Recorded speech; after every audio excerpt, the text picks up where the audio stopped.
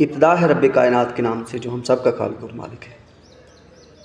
آج کا ہمارا موضوع باغ عدن سے بہتی ہوئی 4 ندیاں۔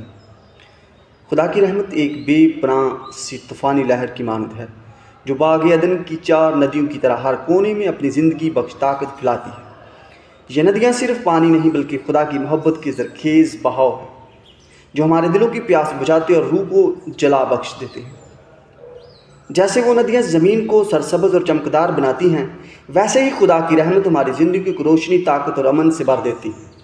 یہ رحمت ہر سمت سے گھیرے ہوئے ہمیں کبھی تنہا نہیں چھوڑتی۔ یہ وہ معجزہ ہے جو ہر اندھیرے میں روشنی کا پیغام لاتا ہے۔ باغ عدن وہ جنت نما جگہ ہے جہاں خدا نے پہلی انسانیت کو بسایا۔ یہ باغ نعمتوں، خوبصورتی اور امن کا مرکز تھا، جس میں ہر طرح کے پھلدار درخت، صاف پانی کے چشمے اور سرسبز چراگاہیں تھیں۔ یہاں 4 مقدس ندیاں بہتی تھیں جو زمین کو زرخیز بناتی اور زندگی کی علامت تھیں۔ باغ عدن کی فضا خدا کی قربت اور محبت سے بھرپور تھی۔ باغ عدن وہ پہلا مسکن تھا جو خدا نے انسان کے لیے اپنی محبت اور قدرت سے بنایا۔ یہ مقام خوبصورتی، پاکیزگی اور خدا کی حضوری سے بھرپور تھا۔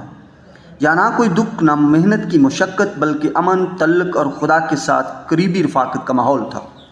خدا نے آدم اور حوا کو اسی باغ میں رکھا تاکہ اس کے ساتھ زندگی گزارے، زمین کو آباد کرے اور اس کے احکام پر چلے۔ باغ عدن صرف ایک جگہ نہیں بلکہ یہ انسان کے اس روحانی مقام کی علامت ہے جہاں خدا اور انسان کا تعلق مکمل، پاک اور پرامن ہوتا ہے۔ پہلی ندی کا نام جیہون ہے۔ بائبل میں اس کا ذکر پیدائش 2:13 میں ہے۔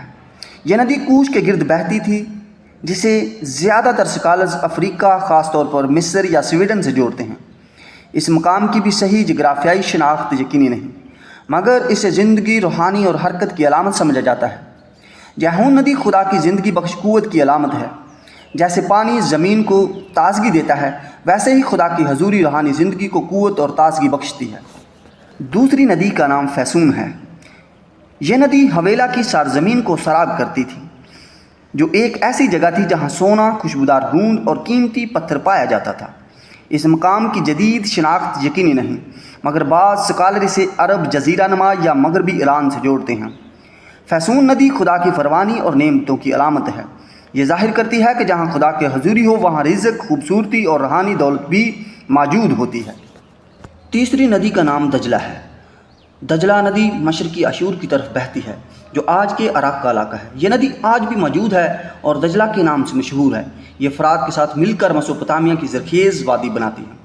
دجلہ ندی خدا کی رہنمائی اور ترتیب کی علامت ہے۔ جیسے ندی ایک واضح راستے پر بہتی ہے، ویسے ہی خدا اپنے بندوں کے لیے ایک باز راہ متعین کرتا ہے۔ اگر ہم اس پر بھروسہ رکھیں تو وہ ہمیں درست سمت میں لے جاتا ہے۔ چوتھی ندی کا نام فرات ہے۔ فرات ندی دنیا کی قدیم ترین اور مشہور دریاؤں میں سے ہے، جو ترکی، شام، عراق سے گزرتی ہوئی یہ دجلہ کے ساتھ مل کر میسوپوٹامیہ کی عظیم وادی بناتی ہے جہاں کئی بائبل کے واقعات پیش آ رہے ہیں۔ فرات ندی خدا کی قدرت، وسعت اور تاریخی منصوبے کی علامت ہے۔ یہ ہمیں یاد دلاتی ہے کہ خدا وقت اور قوموں پر حکمرانی کرتا ہے اور اس کا منصوبہ انسانیت کے لیے ازل سے ابد تک قائم ہے۔ جیسے باغ عدن سے 4 ندیاں نکل کر مختلف سمتوں میں بہتی تھی، ویسے ہی خدا کی رحمت، محبت اور برکت، حضوری ہماری زندگی کے ہر پہلو میں جاری و ساری ہے۔ یہ ندیاں ہمیں یاد دلاتی ہیں کہ خدا محدود نہیں، بلکہ اس کا فضل ہر طرف بہتا ہے، بس ہمیں اسے قبول کرنے کے لیے دل کھولنے کی ضرورت ہے۔ ہماری اگلی ویڈیو خدا کی قدرت اور حاکمیت پر ہے۔ ہمارے ساتھ